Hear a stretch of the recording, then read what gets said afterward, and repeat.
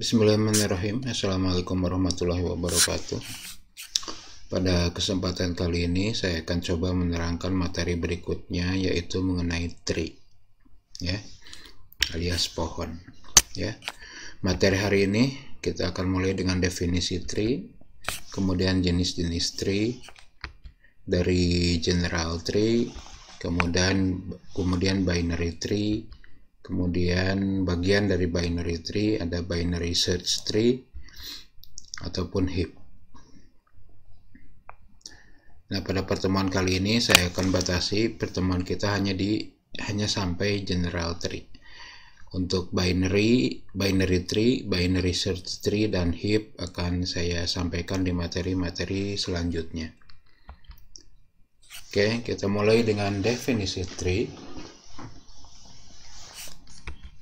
Tree atau dalam bahasa Indonesianya pohon dalam struktur data adalah sebuah struktur data yang non-linear.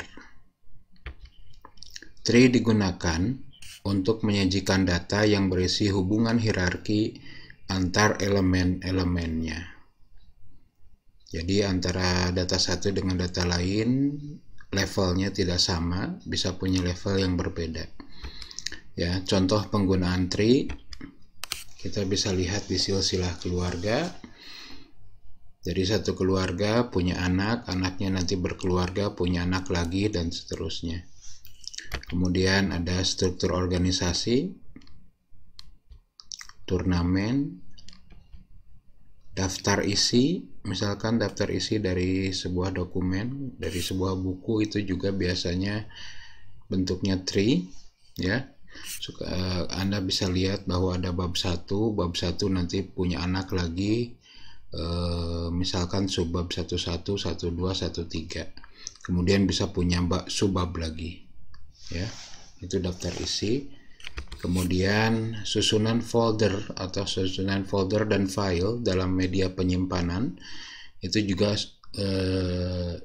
strukturnya adalah tree, pohon, ya. Kita punya sebuah folder, misalkan drive C, di dalamnya ada folder, di dalam foldernya bisa ada folder, bisa ada file, dan di dalam folder bisa ada folder lagi.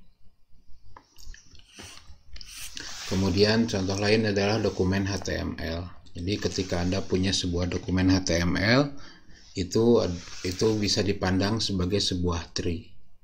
Dan Anda bisa mengotak-atik struktur dari HTML seakan-akan itu adalah sebuah tree, ya. Anda gunakan yang namanya DOM, ya, dokumen objek model. Dengan dokumen objek model maka Anda bisa melihat HTML sebagai sebuah tree. Oke, ini struktur data tree. Kita bisa lihat kita anggap punya tree seperti ini. Saya punya A, ya. Saya punya A punya anak B, C, dan D. Kemudian B punya anak E sama F, C tidak punya anak, dan D punya satu anak yaitu G. Nah, A ini adalah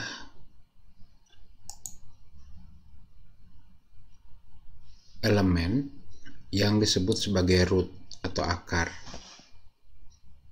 Kemudian, ya, setiap elemen itu disebut sebagai node atau vertex atau simpul, ya, ini. Kemudian hubungan antar node itu disebutnya edge atau link. Kemudian kita bisa lihat di sini, ini adalah elemen-elemen atau node yang tidak punya anak. Ini disebutnya leaf atau daun. Dan kalau Anda lihat di dalam sebuah tree, Anda bisa lihat tree yang lain, ya. B, E, dan F ini adalah subtree disebutnya. Subtree dari tree yang besar ini. Ini kalau diibaratkan, kalau ini keluarga besar, ini keluarga yang lebih kecilnya, Itu struktur tree. Dan di dalam struktur tree Anda bisa lihat levelnya. Ya, biasanya dimulai dengan level 0. Ya, kemudian diikuti dengan level 1. Anak-anak dari node di level 0 itu level 1. Kemudian anak-anak dari node yang ada di level 1 itu berarti ada di level 2.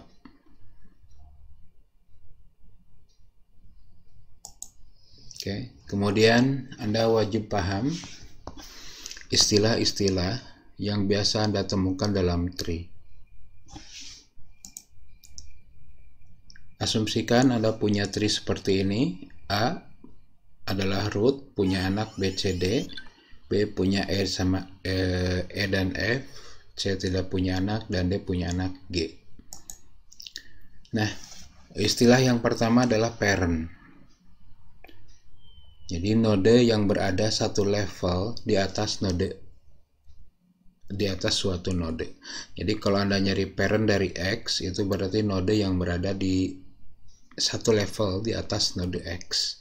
Jadi sebagai contoh, kalau di sini ada sebuah fungsi parent dari E, siapa parent dari E, maka itu jawabannya adalah B. Kemudian child dari X adalah node-node yang berada satu level di bawah node X. Jadi kalau di sini ditanya siapa anak-anak dari A, siapa child dari A, maka jawabannya B, C, D. Ya, B, C, dan D. Kemudian sibling atau saudara, ya, node-node yang mempunyai parent yang sama dengan sebuah node. Jadi kalau sibling dari X itu artinya node-node yang mempunyai parent yang sama dengan node X. Jadi kalau di sini kita ada sibling dari C, maka jawabannya adalah siapa saudara-saudara dari C, maka jawabannya adalah B dan D. Kemudian degree itu adalah banyaknya child yang dimiliki oleh sebuah node. Ya, kalau di sini kita coba lihat degree dari A, berarti kita akan hitung berapa anak dari A. Di sini jawabannya 3 karena A punya anaknya B, C, dan D. Kemudian ada height dari X adalah banyaknya edge atau banyaknya garis dari sebuah node ke node paling bawah dari turunannya. Jadi kalau ada sebuah pertanyaan height dari A, berapa tinggi dari A itu punya anak ke B, B punya anak ke E. Nah, kita kalau lihat di sini, ini paling panjang, ini juga sama 2, ini juga 2, ya, tingginya 2. Kemudian ada lagi path atau jalur. Jadi path dari X ke Y adalah jalur dari node X ke node Y. Jadi kalau ada pemanggilan path dari A ke G, maka dia akan dapat dari A ke G itu A melalui D, D ke G. Ini istilah-istilah yang sering muncul ketika Anda berurusan dengan tree. Oke, berikutnya dengan jenis-jenis tree. Ya, ada banyak jenis tree. Ya. Ini bisa Anda sesuaikan dengan kegunaan. Ya, setiap tree mempunyai kegunaan masing-masing. Ada tree yang susunannya bebas, artinya tidak ada aturan. Tetapi ada juga yang susunannya berdasarkan aturan tertentu. Dan ini disesuaikan dengan kegunaan dari tree-nya. Ada tree yang tidak mempunyai maksimum degree yang sama, artinya tidak dibatasi anaknya. Tapi ada juga yang mewajibkan maksimum degree tertentu. Ya, jadi misalkan hanya maksimum memiliki anak 2. Berikut adalah beberapa jenis tree yang banyak digunakan. Satu adalah general tree. General tree adalah tree yang sifatnya umum, yang tidak dibatasi urutannya dan tidak dibatasi anaknya. Ada node yang punya anak 1, 2, 3, 4, 5 ataupun tidak dibatasi. Kemudian ada juga yang namanya binary tree. Binary tree adalah tree yang hanya memperbolehkan maksimum 2 anak. Nah, binary juga terbagi-bagi lagi. Ada binary search tree. Ya. Binary search tree adalah binary tree yang datanya tersimpan, tersusun berdasarkan aturan tertentu, di mana datanya wajib terurut, sehingga sangat berguna ketika Anda melakukan pencarian data. Kemudian ada juga heap. Heap itu juga binary tree. Susunan datanya mempunyai aturan tertentu. Nanti Anda akan menemukan yang namanya maksimum heap atau minimum heap. Ini bisa digunakan dalam, salah satunya adalah kalau Anda membuat sebuah antrian prioritas. Karena dengan heap Anda bisa tahu mana yang paling besar ataupun mana yang paling kecil. Dan lain-lain, dan tipe tree yang lain ya, masih banyak. Anda bisa cari, tapi ini yang paling sering digunakan. General tree, binary tree biasa, kemudian ada binary search tree atau BST, kemudian ada heap. Oke, kita mulai dengan general tree. General tree adalah tree yang sifatnya umum. Tree ini tidak mempunyai batasan, baik dari maksimum degree ataupun levelnya. Jadi anaknya tidak dibatasi, levelnya tidak dibatasi. Ya, setiap node bisa memiliki 0 sampai dengan n node anak, di mana n-nya tidak dibatasi, terserah seperlunya. Ya, ini sebagai contoh general tree. Kita lihat A punya anak 3, B punya anak 2, D punya anak 1, C tidak punya anak. Ini tidak masalah di dalam general tree. Ya. Nah, ini contoh general tree adalah contoh untuk general tree misalnya adalah penyimpanan file ya. Penyimpanan file atau folder. Ya, kita punya drive C punya folder B, C dan D.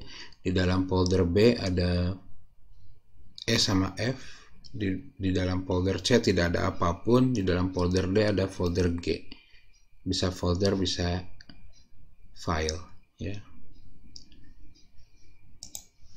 Oke, struktur data dalam general tree. Untuk membuat struktur data pada general tree, maka terlebih dulu Anda harus memahami sifat dari general tree tersebut, yaitu tidak ada aturan dalam penempatan nodenya. Kemudian setiap node bisa memiliki 0 atau banyak node, tidak dibatasi, tidak ada aturan yang membatasi hal tersebut. Berdasarkan karakteristik di atas, ya, mungkin saja Anda beranggapan bahwa sebuah node akan memiliki sebuah linked list yang berisi node-node anak, dan juga node yang akan menunjuk ke node berikutnya. Kenapa pakai linked list? Ini karena banyaknya node anak pada general tree tidak dibatasi. Namun, ya, struktur untuk tree bisa disusun seperti pada gambar di bawah ini.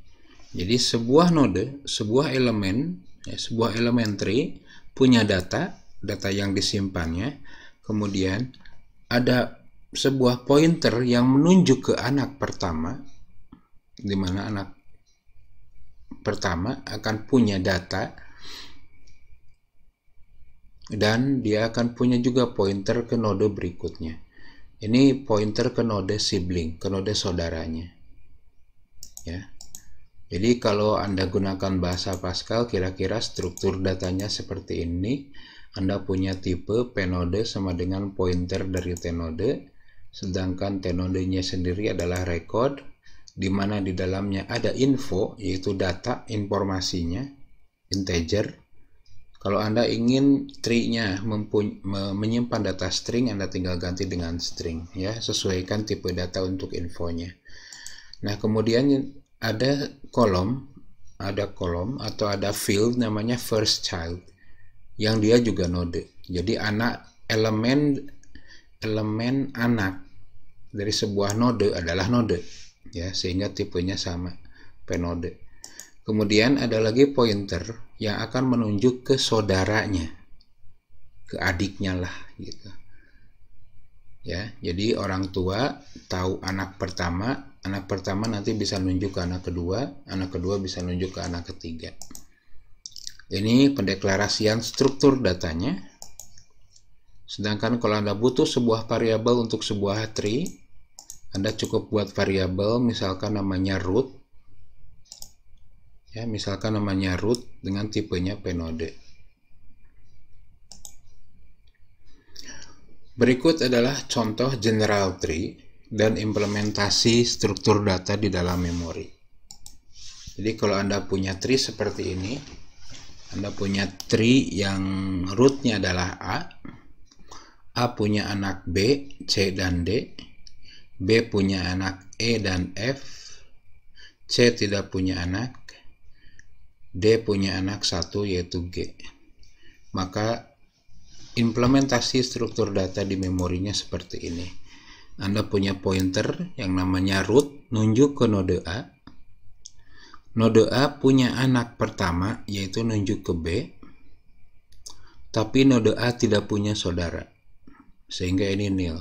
Next siblingnya ini nil. Kemudian node B punya informasi berupa B, punya anak pertama namanya E, dia punya saudara berikutnya yaitu ke C, node C tidak punya anak, node C tidak punya anak, tapi node C punya saudara yaitu ke D, dan D tidak punya saudara lagi, makanya di sini next siblingnya nil, tapi D punya satu anak yaitu G. B tadi dinyatakan bahwa B mempunyai anak pertama yaitu nunjuk ke E. E tidak punya anak tapi punya saudara yaitu F. F tidak punya anak dan tidak punya saudara. Nah, berikut juga dengan G, bahwa G itu adalah anak pertama dari D, tapi G tidak punya anak dan G juga tidak punya ke saudara berikutnya. Nah, inilah contoh implementasi, ya, implementasi dari general tree kalau Anda ingin simpan di memori. Untuk pertemuan tree saya tidak akan mendemokan untuk ngoding. Ya, saya ingin Anda mulai melihat konsep dan Anda bisa mengimplementasikannya dalam source code, ya. Oke. Jika Anda perhatikan dalam struktur general tree, di dalam sebuah node terdiri dari 3 bagian, yaitu 1 adalah data yang dimilikinya, yaitu infonya, dan 2 buah pointer yang menunjuk ke node anak pertama dan pointer yang menunjuk ke node sibling berikutnya, saudara berikutnya. Nah, kalau Anda lihat ternyata ya, dapat dilihat bahwa setiap node memiliki 2 node pointer. Sifat hal ini juga dimiliki oleh tree yang bernama binary tree, di mana binary tree juga mempunyai 2 pointer, tapi nunjuk ke anak kiri dan nunjuk ke anak kanan. Nah, mengelola sebuah tree dengan banyak anak itu lebih sulit daripada mengelola tree dengan 2 anak. Tapi jangan khawatir, Anda bisa mengkonversikan, ya. Anda bisa mengkonversikan general tree menjadi sebuah binary tree. Jadi di dalam struktur data, ya, biasanya general tree juga sering diperlakukan sebagai binary tree. Bisa diperlakukan sebagai binary tree. Ya, malah kita bisa konversikan menjadi binary tree. Tapi konversi dari general tree menjadi binary tree akan saya sampaikan nanti di materi binary tree. Oke, untuk pengantar tree dan general tree saya cukupkan sekian. Ya, jika ada pertanyaan silakan tanyakan melalui grup WhatsApp, email, LMS ataupun komen di video YouTube. Sekian. Assalamualaikum warahmatullahi wabarakatuh.